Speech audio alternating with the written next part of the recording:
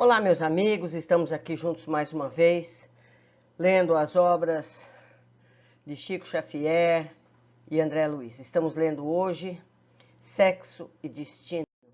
Vamos ver o capítulo 10. Estirada no leito, chorava Marita, desconsolada. As revelações ouvidas naquele diálogo, a curta distância, revolviam-lhe o coração quais pinças de fogo. Sentia-se abandonada, desejava morrer. Então confirmava-se, todo aquele devotamento de Gilberto não passava da superfície, apropriara-se-lhe da alma, empolgada-lhe os sentimentos para deixá-la sem comiseração. Recordava-se de que realmente, semanas antes, indagara-lhe ele que outros idiomas conhecia. Algo vexada, informara que somente conseguiria o curso primário. O almoço retirara da algibeira uma composição de Shelley. Lera o inglês e traduzira para ela os versos lindos. Em seguida, aconselhara-lhe estudos suplementares à noite. Poderia auxiliá-la? Relacionava-se com professores distintos? Ela rira-se. Queria o lar, a escola do lar com ele. Apenas ali, na decepção que a molestava, compreendia a extensão do arrufo com que lhe despedira. Ah, sim, aspirava ao casamento com moça culta, ignorante, dizia para si mesma. Não passo de uma ignorante. Marina era diferente, dominava outras línguas. Tudo já estava tramado, deliberado. À vista disso, a irmã recusava-lhe intimidade nos últimos dias. Por mais a rodeasse de mimos, mais se afastava. Agora reconhecia igualmente a causa de mostrar-se o rapaz enfastiado e irritadiço. Entretanto, perguntava-se triste se ele a desprezava assim, porque lhe abusara da confiança? Porque o arrebatamento com que lhe acorrentara a alma as inesquecíveis impressões da menina que se faz repentinamente mulher? Não selara com ela um ajuste de matrimônio? Não lhe testemunhava a extrema ternura nos encontros domingueiros, quando se entregavam à comunhão mais íntima? Incapaz de duvidar da legitimidade do carinho que recebera, voltava-se mentalmente para a irmã, que lhe surrupiava as mínimas alegrias. A nova infelicidade, conjecturava, seria culpa dela, com toda a certeza. Marina cobiçara o rapaz, a envolvê-lo na teia de artimanhas que entretecia como ninguém. Gilberto caíra-lhe no engodo, ave no visco. Contudo, ao descobrir toda a trama, reconhecia-se irremediavelmente lesada. Debatia-se em pranto, sob o peso das considerações familiares. Era imperioso certificar-se de que era enjeitada e ignorante. Nada sobraria para ela, tudo para outra. Marina possuía méritos, ela não. A exposição de Dona Márcia, naquela hora, insuflara-lhe a tortura do réu que houve sentença inapelável. Ainda assim chorava, inconformada. A contingência de perder Gilberto induzia-lhe o sentimento de matar ou desaparecer. Rememorou-se as tragédias lidas na imprensa, mas o fratricídio repugnava-lhe o coração. A ideia do suicídio, contudo, qual semente que lhe ocultar no imo do ser, evocada pelo esboço ligeiro da alma, como que germinara, de súbito, acariciou-a de leve, e a sugestão infeliz ganhou corpo. Divagações negativas tomaram-no de assalto. Renunciar a Gilberto e largar os planos feitos doeriam muito mais que morrer, pensava, desolada. Mas seria justo acovardar-se assim tanto? Repeliu o estranho apelo e, conquanto as lágrimas, prometeu coragem a si própria.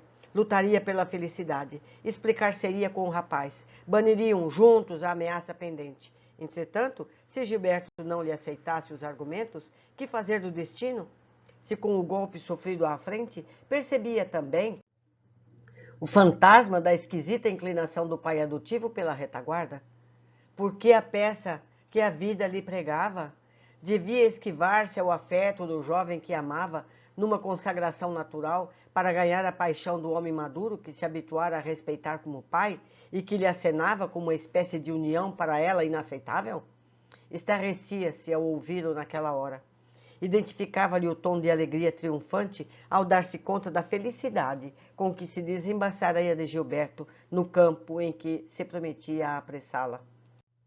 Cláudio, como que lhe falava de longe, ao dirigir-se à esposa, aquelas referências louvaminheiras com que a obsequiava perante a dona Márcia confirmavam-lhe a decisão de dobrá-la, demovê-la entre o asco e a piedade, rememorava-lhe as carícias que somente naquela noite conseguira compreender. Como desvencilhar-se? Flor, sacudida no vento da aprovação, perguntava por quê? Por quê? Sopesando as ocorrências, pela primeira vez sentia medo daquele ninho familiar a que se reconhecia encandeada por filha do coração. De repente, elevou o pensamento à memória materna. Ah, nunca imaginara que um coração feminino pudesse encontrar dilemas tão aflitivos quanto aqueles a que se via largada de instante para outro. Que não teria sofrido sua própria mãe, que a deixara no instante do alvorecer? Nunca soubera ao certo as circunstâncias que lhe haviam rodeado o nascimento. Concluía agora, porém, que talvez a genitora tivesse conhecido o cálice que ela agora amargava. Que noites de agonia moral atravessara sozinha ao acariciá-la no ventre. Que injúrias padecera, que privações experimentara. Ela, que tudo desconhecia acerca do pai, refletia no martírio da genitora, jovem e abandonada, quando provavelmente lhe aguardava em vão o carinho e a proteção, noite a noite. Dona Márcia, ao biografar-lhe a mãezinha, dissera a moça brincalhona. Teria sido mesmo? Possivelmente gargalharia para não soluçar, ansiando abafar em ruídos de festa os gritos da própria alma. Quem sabe ter-se-ia dedicado a algum homem proibido, empenhado o coração a algum moço que lhe fora roubado a ternura de menina e mulher? Nas lágrimas que lhe corriam, suspirava por fazer-se criança. Por que não vivera a mãezinha, a fim de lutarem juntas? Consagrar-se-iam uma a outra, permutariam as próprias mágoas. Muita vez, na loja a que servia, escutava apontamentos sobre comunicações de mortos, inteirava-se das experiências sobre a continuação da vida no além. Seria aquilo verdade? Indagava-se se Aracélia, libertada, estivesse em alguma parte, indiscutivelmente lhe acompanharia o carvalho, compartilharia o infortúnio. Mecanicamente, implorava ao espírito materno a abençoasse, fortificasse, protegesse, conquanto, sem qualquer ideia religiosa definida, formulava prece muda, que valia por funda invocação. Intentávamos consolá-la, buscando serenar-lhe a mente, quando duas senhoras desencarnadas penetraram no quarto de improviso.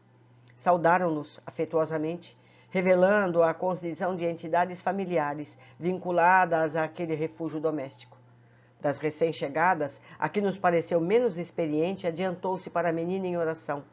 Controlava-se dificilmente, tremia ao enxugar o pranto silencioso, inclinou-se para o leito como qualquer mãe desventurada e aflita da terra. Quanto teme acordar um ente querido! Embora, sem elucidações prévias, não nos era lícito alimentar qualquer dúvida. Aquela era a jovem do retrato de Marita, conservava em imagem nas telas do pensamento. Aracélia, amparada pela doce afeição de venerável amiga, ali estava diante de nós. Mãe amorosa vinha talvez de muito longe para acudir às angústias da filha. Enternecendo-nos, a pobre mãe ajoelhou-se para beijar-lhe os cabelos. E ó, segredos insondáveis da providência divina! Quem conseguirá definir com palavras humanas a essência do amor que Deus situou nas entranhas maternas? A dama inclinou-se muito de manso e abraçou-a com ternura, à maneira de planta que se fechasse sobre a única flor que lhe nascera. A castigada menina acalmou-se de súbito, adivinhando a visita pela qual suspirava. Alijou a tensão, percebendo-se mentalmente ocupada pela presença da genitora, cujos traços tentava afetuosa lembrar e reconstituir. Outro quadro, entretanto, sobrepôs-se comovedor. Aracélia, que orava e chorava em profundo silêncio, buscava em pensamento outra mulher, cuja evocação lhe renovava as energias.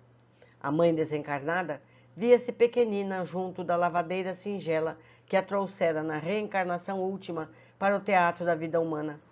Identificava-se criança, agarrada à saia daquela moça doente que mergulhava as pernas do rio para ganhar o pão.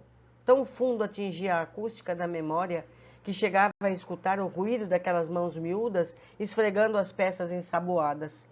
Recolhia-lhe de novo o olhar meigo em que lhe pedia paciência. Calada na areia, por vezes esperava.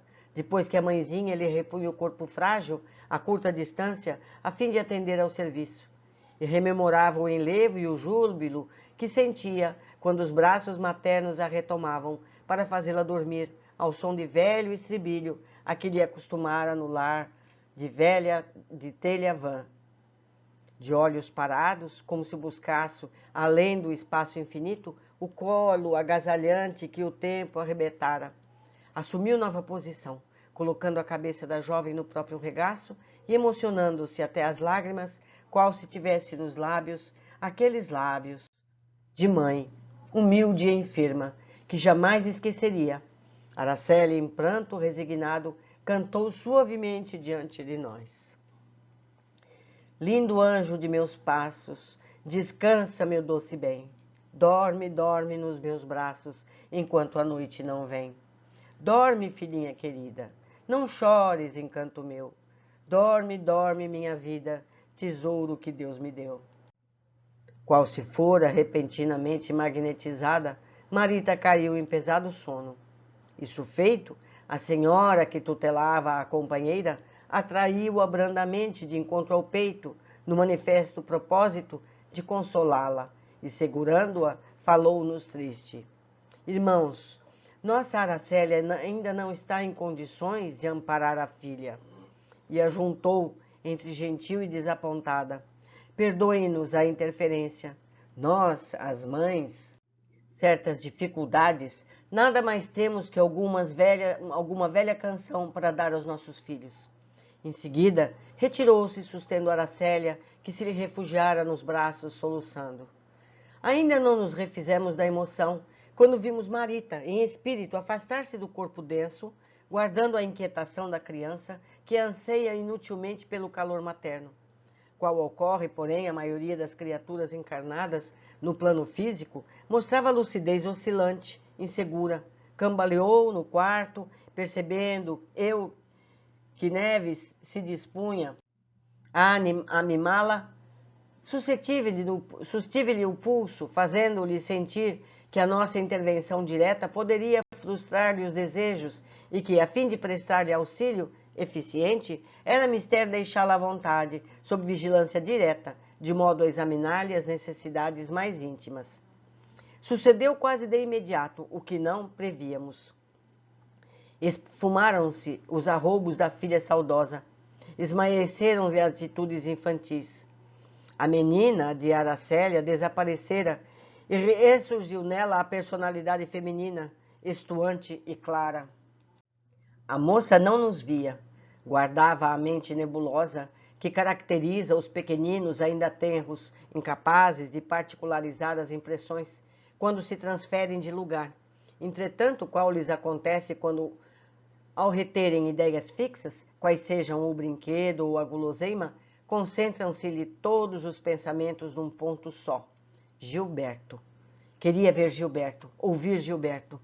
Semelhantes impulsos a se lhe aglomerarem na cabeça, repentinamente emitidos, galvanizaram-se-lhe a vontade, revestindo-lhe o pensamento de uma certa clareza que a favorecia, porém, tão só na direção dos seus anseios de mulher.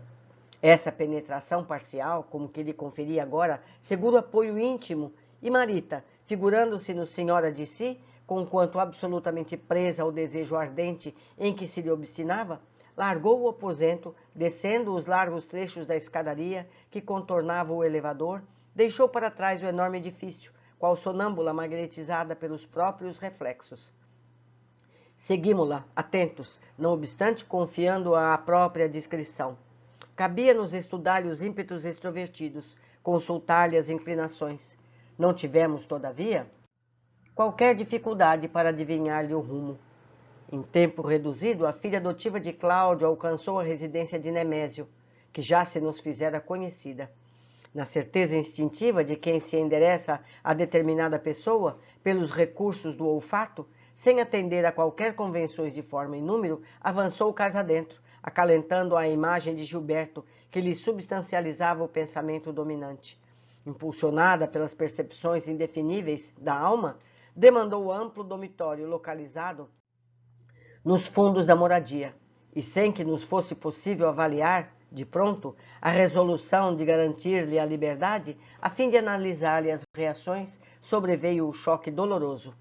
Naturalmente, sobressaltados, apenas conseguimos ampará-la pela retaguarda. Entrando no quarto, Marita surpreendeu Gilberto nos braços da irmã e bradou estarrecida: "Canalha! Canalha!" Aquelas imprecações, entretanto, nem de longe atingiram o jovem par, completamente absorto na permuta de gratificações afetivas. Neves e eu não trocamos palavra. Precipitamo-nos automaticamente para a menina atribulada, intentando anular-lhe a agitação convulsiva. Mais alguns minutos e despertou no corpo denso, obrigando-nos a pensar numa pequena fera aguilhoada, retornando à gaiola.